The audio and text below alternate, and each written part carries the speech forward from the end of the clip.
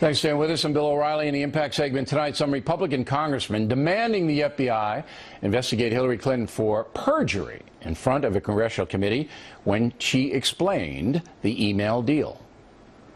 Did the FBI investigate her statements under oath on this topic? Not to my knowledge. I don't think there's been a referral from Congress. Do you need a referral from Congress to investigate her statements under oath? Sure do. You'll have one. New ABC News Washington Post poll asks the folks, do you approve or disapprove of FBI Director Comey's recommendation that Clinton should not be charged with a crime?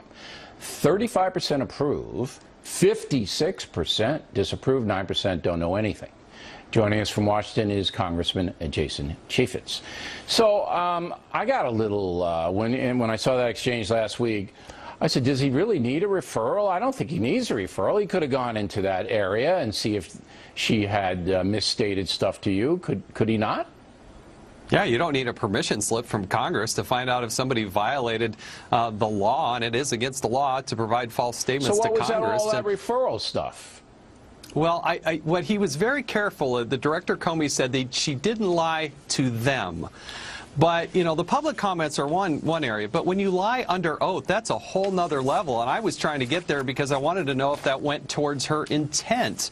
But to say that didn't even look at it, that was kind of ridiculous. But I don't understand why he would do that. Why wouldn't you investigate the whole totality of the controversy, the email controversy, which includes Secretary Clinton's testimony in front of your committee? I don't understand why he would need a referral if he wants to get to the heart of the matter. Do you?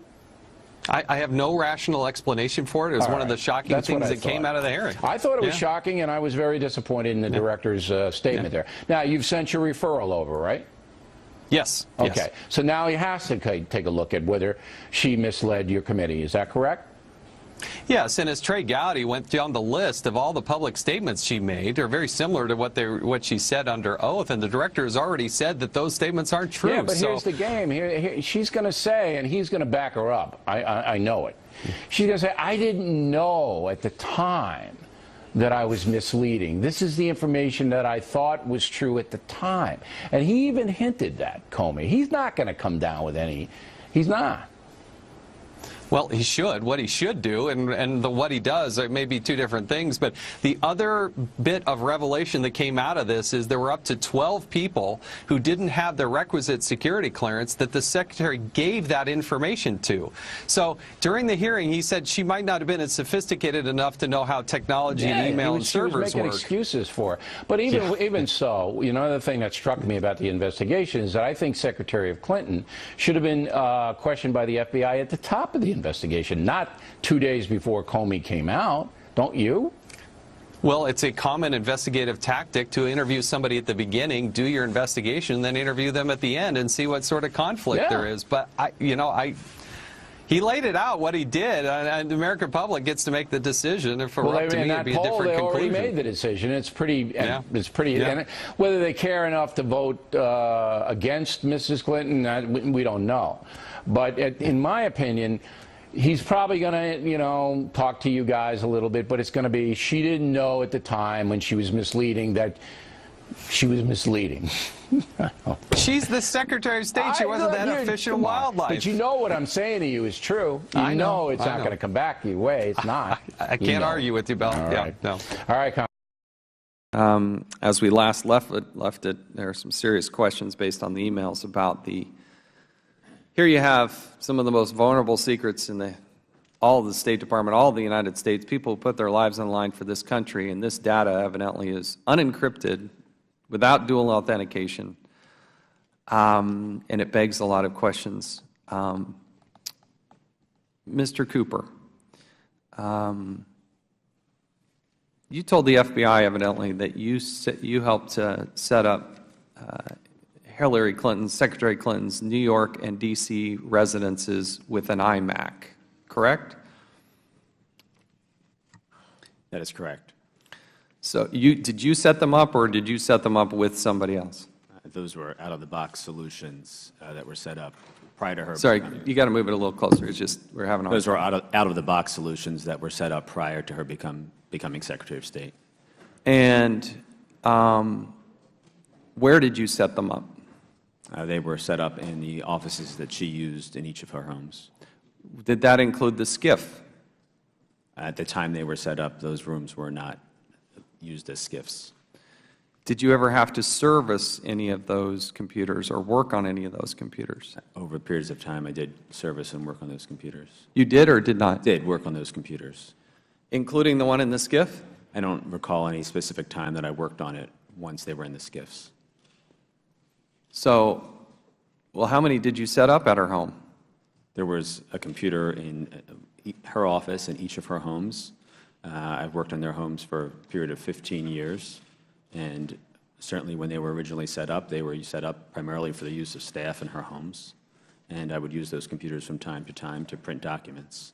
Once they became SCIFs, I don't recall specifically using those computers. Or servicing of those? No. Did you have a security clearance at that time? No, I did not have a security clearance.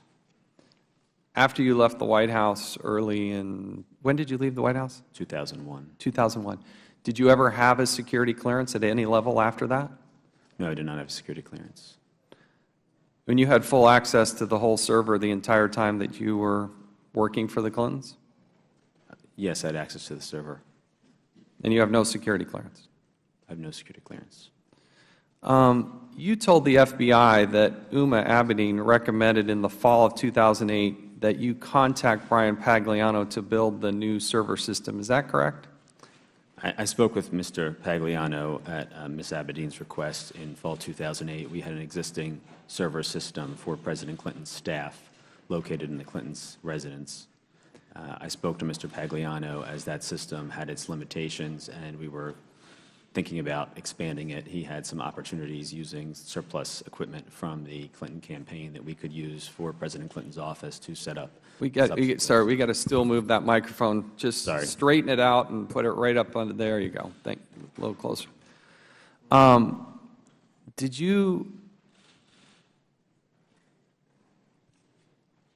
What conversations did you have with Uma Abedin about the setting up of the server?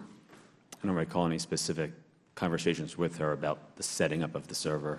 What about setting up emails? At some point, I had a conversation with her about setting up an email for Secretary Clinton on the servers. What about setting up an email for Uma Abedin on that server? As well, I had a conversation about setting up an email address for Uma Abedin. And did you set up an email for Uma Abedin? Yes. And did she use that email? As far as I know, yes. What other staff used the Clinton email? The other staff were all staff members of President Clinton's office. So, not on the Clinton email domain. On the ClintonEmail.com, to be specific. There are no other staff that I recall using that. So who had an email address at ClintonEmail.com? The additional person that had an email address there was Chelsea Clinton. So did you have one? No. So you, Uma Abedin, and Secretary Clinton had email addresses there? I did not have an email address on Clinton. Sorry. Okay. So, Hillary Clinton, Uma Abedin, and Chelsea Clinton each had addresses at that address. Correct.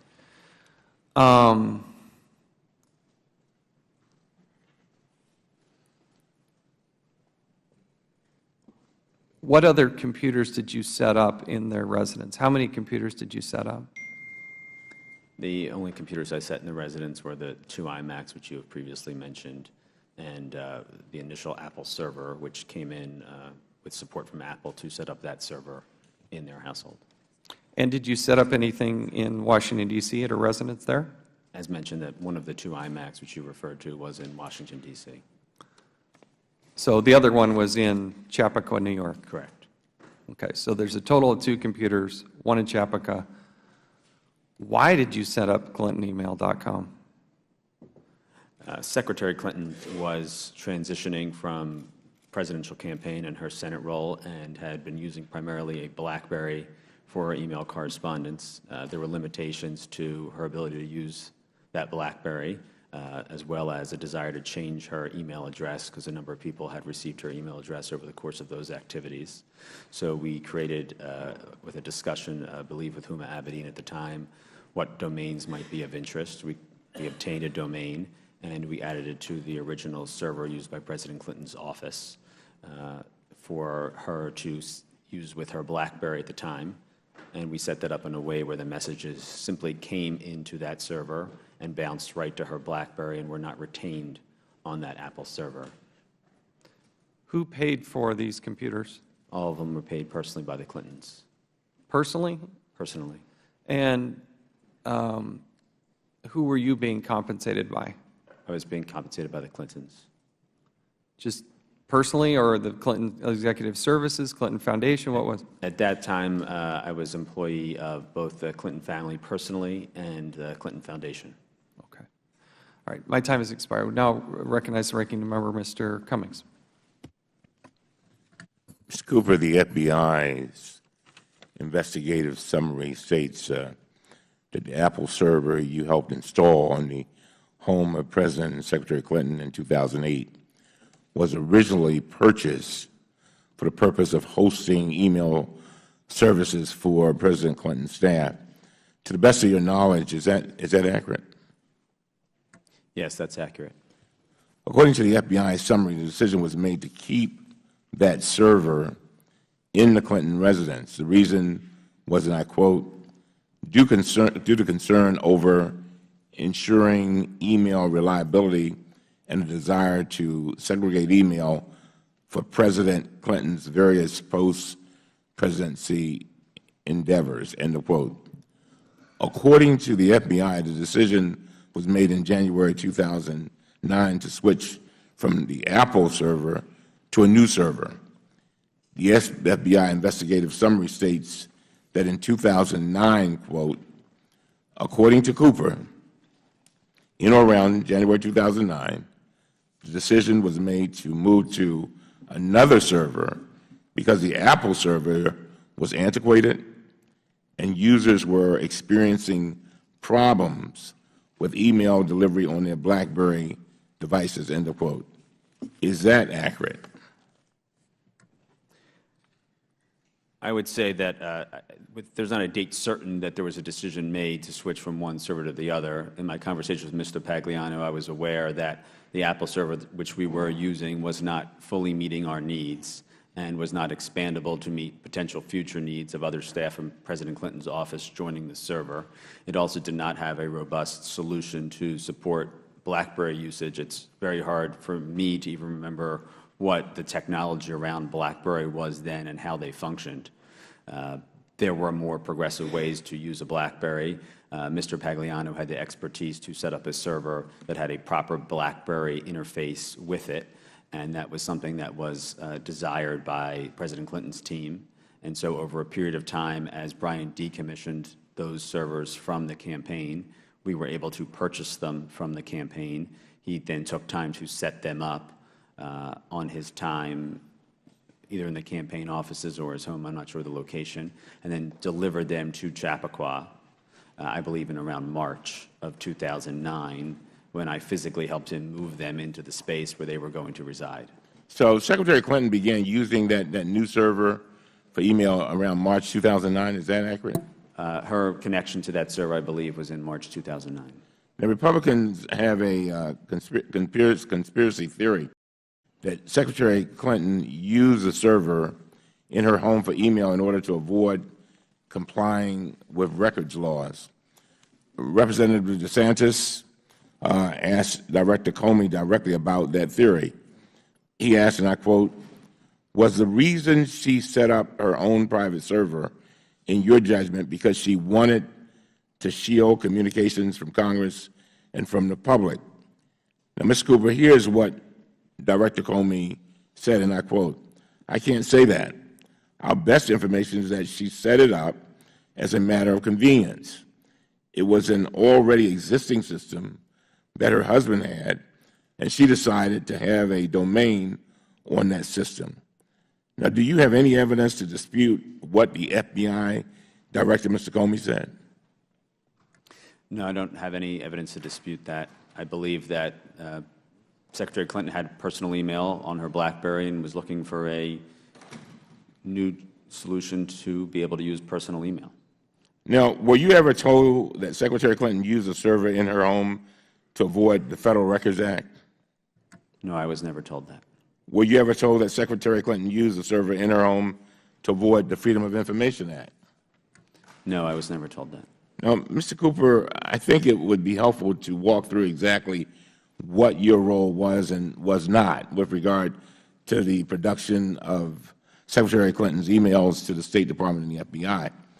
Did you cooperate with the FBI investigation to the best of your ability? Yes, I did. Did you turn over to the FBI any relevant records that were in your possession? Yes, I turned over records to the FBI. In mid to late 2014, Secretary Clinton's attorneys attempted to collect all of Secretary Clinton's work-related files from her tenure at the State Department and turn them over to the State Department. Mr. Cooper, were you involved in that 2014 document production process? No, I was not. Now, did the FBI determine that none of Secretary Clinton's work-related emails were intentionally deleted in an effort to conceal them from investigators? Do you have any reason to dispute that finding? I do not have any reason to dispute that finding. Thank you very much. Now recognize the gentleman from Florida, Mr. Micah, for 5 minutes. Committee on Oversight and Government Reform will come to order. We have an important hearing today. I appreciate you all being here. I got to tell you, though, I wish I didn't have to compel you all to be here. We asked you as legislative liaisons to come participate with us, in which you refused. So the Committee on Oversight will come to order, and without objection, the Chair is authorized to declare a recess at any time. We have a couple goals for the hearing in our investigation and our need to do our constitutional duty. One, the FBI needs to produce its full investigative file to the United States Congress. And I mean the full file, not just the parts the FBI deemed relevant. Right now we only have the 302s handpicked by the FBI. We decide what's relevant, not the Department of Justice, not the FBI. We're entitled to the full file. Two, all unclassified portions of the file should be released to the public as quickly as possible. It has been more than 20 days since I'm sure the very first FOIA request was put out there, and by law that should be out there. I want to commend the FBI for already releasing its investigative summary report and Secretary Clinton's 302 interview summary to the public. We do appreciate that, and it's duly noted. But there are still a number of 302s left for the FBI to release. We were surprised to learn that the 302s, the so-called investigative files provided to the United States Congress, at least to the security officer, were only a portion of them, not all of them. And three, all members of Congress should be able to review the entire file. Right now, unless you're part of the Intel Committee, Oversight Committee, the Judiciary Committee, and the Appropriations Committee, these are if you're a member, you have to be on those committees in order to view what is currently in the SCIF. It's unclear to me how the FBI can prevent a member of Congress from seeing what we're already allowed to see by law, yet here they have done so. Even the unclassified information, that's what's mystifying to me. Even the unclassified information you're preventing members of Congress from seeing. But we do believe we should be able to see the file and the whole file. And it's disappointing that we are here today. We have a number of questions about the redactions, the classifications. I thought a number of those things would best be answered in a briefing. You know, Elijah Cummings, the ranking member here, has made a point on several occasions that rather than just going right into a hearing, let's go to a briefing. We had legitimate questions. We did have this plan for last week. We did have more than 12 members of the Congress show up to have that briefing, and none of you showed up. That's inexcusable. You're the congressional affairs officers. It's your job to talk to Congress. And for some of you, I had to threaten to send a subpoena just to get you to appear today. We did some math. We got 70 of you sitting here. Between your compensation and your benefits package, you make more than $1 million from taxpayers. Taxpayers are paying you more than $1 million. And you won't even come talk to Congress. What do you do all day if you don't talk to Congress? That's your job. So we're going to do that today. And the irony here is we're trying to protect the classified information. I didn't create this mess. Hillary Clinton created this mess. There are years of federal records. Some of it's so classified, none of us in this room should probably see them. Most of it's unclassified. But we have a duty and an obligation to protect that information. I believe that's probably the same goal that you have. But we're going to have a reality check here. She's the one that took the records from the State Department, gave access to people who don't have security clearances. The case is closed. There's no consequences, nobody being held accountable. But we also had an FBI director come and testify that he never looked at her testimony under oath. And somehow we have a classified system and we have a non-classified system, and somehow information was going from the classified system into a non-classified system. So it's ironic that you don't want to appear before this committee out of a concern for protecting classified information when Hillary Clinton walked around with a BlackBerry full of classified information and gave access to sensitive federal records to folks without security clearances at all. I want to understand from each of you what it is you think that Congress should not see. See, I believe passionately in the role of Congress. I believe passionately in the Oversight and Government Reform Committee. We were founded in 1814. Every expenditure, everything we do in this Congress, or everything we do in this nation is supposed to be overseen by us. We can investigate anything at any time. That's what's different about the United States of America. We're different because we are self-critical. We do go look under the hood. We do hold people accountable. That's why when Abraham Lincoln joined the United States Congress, he was on this committee. And he peppered the president because he didn't believe that the Mexican-American War started as the president said it was. And there's been a rich history of that throughout generations. We can't do that when each of the agencies that you all represent decide that, well, we're just going to show you the relevant information. We're not even going to answer your questions. You can't see those documents. That's the way a banana republic acts. It's not the way the United States of America acts. So we expect better, and we expect you to be responsive. And I don't expect to have to issue a subpoena to see unclassified information. While we can't be certain what is under each of the redactions within the documents, as far as we can tell, the redactions are covering information commonly given to Congress, such as names of key fact witnesses, titles and positions of government employees at the State Department, and Gmail accounts. There's nothing classified about that information.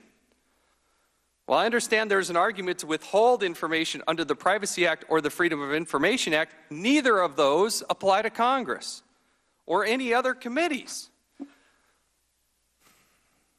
As I understand it, the FBI is not withholding any information based on the Privacy Act. Instead, they just don't want to give us the information.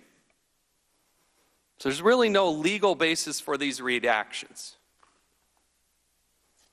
The FBI also chose to redact any information in the report classified above secret. This also makes no sense. As a member of Congress, we routinely receive documents and briefings from the intelligence community at the highest levels of classification, with the exception of sources and methods, with the exception of the SAP material. So any redactions have to be based on classification that have to be removed. We have to be able to see that information. We also have questions on what the FBI file contains. Oddly enough, the copies of the file provided to us by the FBI are different. We are very grateful that they provided the first set on a Tuesday. I believe it was August 16th. The next day, we got a second set. Problem is, the second set had 27 emails more than the other one, which we were grateful for. It was an improving file. Only to have the FBI try to come back and recover those. Not because it was SAP material, because it's embarrassing. That's why it was embarrassing. But we should have had it in the first round. We should have had it at the very beginning. I also want to put this request in context because it's far from the first time Congress or even this committee has requested an investigative file from the FBI or the Department of Justice. Congressional committees are routinely provided investigative materials by the Department of Justice and the FBI. I ask unanimous consent to enter into the record the 2007 CRS report. This was done when things were going on with the dismissal of the U.S. attorneys. I'm going to read, it's a little bit long, but this is as good a summary as why Congress should be able to see this as anything. And I've got to read a few sentences here. From the CRS, a review of the historical experience and legal rulings pertinent to congressional access to information regarding the law enforcement activities of the Department of Justice indicates that in the last 85 years, Congress has consistently sought and obtained deliberative prosecutorial memoranda and the testimony of line attorneys, FBI field agents, and other subordinate agency employees regarding the conduct of open and closed cases in the course of innumerable investigations of the Department of Justice activities. These investigations have encompassed virtually every component of the Department of Justice and its officials' employees, from the Attorney General down to the subordinate level personnel. It appears that the fact that an agency such as the Justice Department has determined for its own internal purposes that a particular item should not be disclosed, or that the information sought should come from one of the committees or subcommittees does not prevent either the House of Congress or its committees or subcommittees from obtaining or publishing information it considers essential for the proper performance of its constitutional functions. There appears to be no court precedent that impresses the threshold burden on committees to demonstrate, for example, quote, a substantial reason to believe wrongdoing occurred, end quote, before a jurisdictional committee may seek disclosure with respect to the conduct of specific open and closed criminal and civil cases. Indeed, the case law is quite the contrary. An inquiring committee need only show that the information sought is within the broad spectrum of the matter of its authorized jurisdiction, is in aid of a legitimate legislative function, and is pertinent to the area of concern. And it goes on for page after page after page of precedent here. Basically, there is no legal reason why you should withhold any of this information from the United States Congress. This goes back from the Teapot Dome bribery scandal to Valerie Plame to what was done by Chairman Waxman when he requested the FBI 302s for President Bush, Vice President Cheney, Karl Rove, and several other senior advisors. I have two other things that I'd like to enter into the record. I ask unanimous consent to enter into this, to enter the CRS report, as well as the December 3rd, 2007 letter from Chairman Waxman to Attorney General Mukasey in the record. Without objection, so ordered. I'd also ask unanimous consent to enter the September 10th, 2007 letter from Chairman Conyers to Attorney General Gonzalez into the record. Without objection, so ordered. And finally, I want to commend the FBI for making its summer report and 302 of Secretary Clinton public. I do appreciate that. It's a good start. It's a good start. But it's time we be candid and honest with the American people. You allow Congress to do its job. I didn't pick this timeline. Hillary Clinton picked this timeline. I don't care about the election, what time it is. We're going to keep going at this full speed ahead. It is far, far too important. With that, I will now recognize the ranking member, Mr. Cummings, for 5 minutes. Thank you very much, Mr. Chairman. To the witnesses, I hope that as you listen.